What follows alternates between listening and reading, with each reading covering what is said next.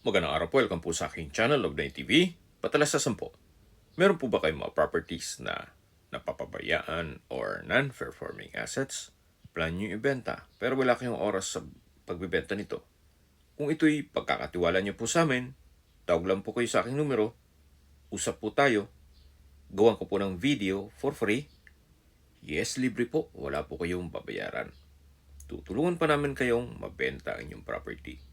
Kami na po bala sa marketing, sa boosting or paid ads. Even sa tripping, hindi na po kayo mapapagod sa pag-entertain ng mga buyers. Kami na po bala sa lahat. Tawag lang po kayo. Nandito po tayo ngayon sa BF Resort Las Piñas kung saan meron po tayong bagong video presentation.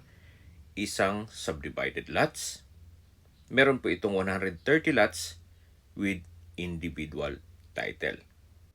Ang total lot area po nito ay 5,265 square meters. Patag na patag po ang lupa, kaya usable po lahat. Wala pong masasayang. Meron na rin pong nakaabang na Maynilad at Meralco. Paumanhin po kung hindi natin mapapasok tong buong property, gawa ng medyo masukal po. Marami po kayong pwedeng i-project dito. Pwede po itong gawing housing, o gawing mga townhouse, or gawa ng building o office at warehouse. Or pwede naman pong lote lang. Gaya pong nasabi ko sa inyo kanina, meron po itong 130 lots na may individual title. Kaya madali na lang pong ibenta ito. Ito po yung subdivision plan. Kung sakali man po na i-resale ninyo itong mga lote, meron na pong plano ito. At uulitin ko po, may kanya-kanyang titulo na po yan. Nasa loob po ito ng isang subdivision o guarded subdivision. At malapit lang din po ito sa mga business establishments at schools dito sa loob ng BF Resort Village. Okay, sa distance, location at travel time portion na po tayo. Mula po sa Alabang sa Pote Road, ang distance is 700 meters at ang travel time is 2 minutes. Opo, walking distance lang po ito mula Alabang sa Pote Road. At mula naman po sa Las Piñas Doctors Hospital at Southville International School, even sa McDonald's Casimiro, ang distance is 3 kilometers at ang travel time is 10 minutes. Yan yung lagi pong binabagit sa aking video na dapat nyo i-consider sa paghanap ng property, yung meron pong malapit na hospital. Hindi ko naman po sinasabing sakitin kayo, yan naman po ay for emergency purpose lang naman.